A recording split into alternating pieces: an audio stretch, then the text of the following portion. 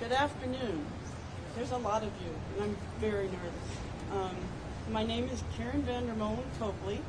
I am Kitty Menendez's niece, and I'm here today speaking out because I have believed for many years that the truth needs to be known about what really happened to my cousins Lyle and Erik.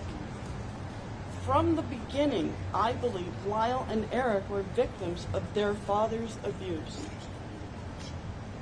I grew up knowing and feeling something wasn't right. The feeling in their house and the father-son interactions were just off. But it was not until the first trial that the full horror of what they had to live through came to light.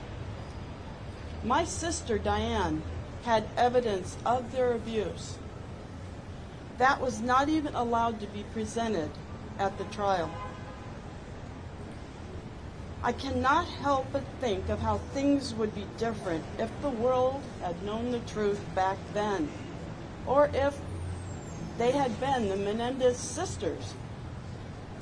Adults of abuse have difficulty getting out of their situations, and yet these were two young boys who were never allowed to make decisions on their own. They lived in constant fear and were unable to make any other decisions than the sexual violence that they were taught at the very hands of people who were supposed to love and protect them. Their sometimes misunderstood behaviors were cries for help that many of us wished we had realized and responded to far sooner. What happened is tragic, but I forgive my cousins. I have forgiven them forever because I know they were acting out of fear and desperation. These were children just 6 and 8 years old who didn't understand their own bodies.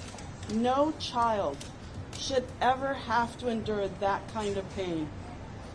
This abuse trapped them. It was painful and it terrified them.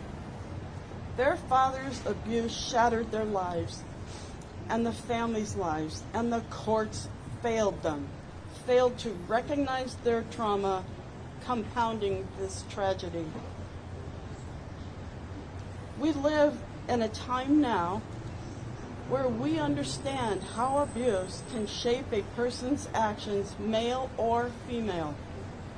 We live in a time now where we understand what trauma does to the brain development of a child. If Lyle and Erik's trial happened today, the outcome would be drastically different.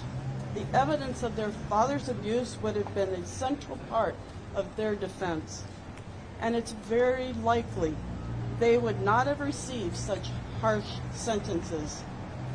Lyle and Erik have spent most of their lives in prison, paying for their actions.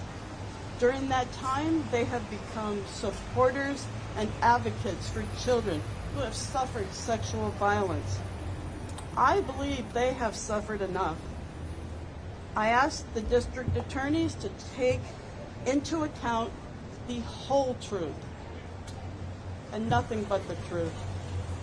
I believe they have paid for their crimes, and we as a family have all suffered enough. We are here for them and ready to support Erik and Lyle after release. This is a time for truth and justice, and the time for the path to healing. It is time for Erik and Lyle to come home. We are here for them. Please visit our website and sign our petition. We would love nothing more than for our mom to be able to wrap her arms around Erik and Lyle outside prison walls before she is unable to do so. Thank you. Thank you all.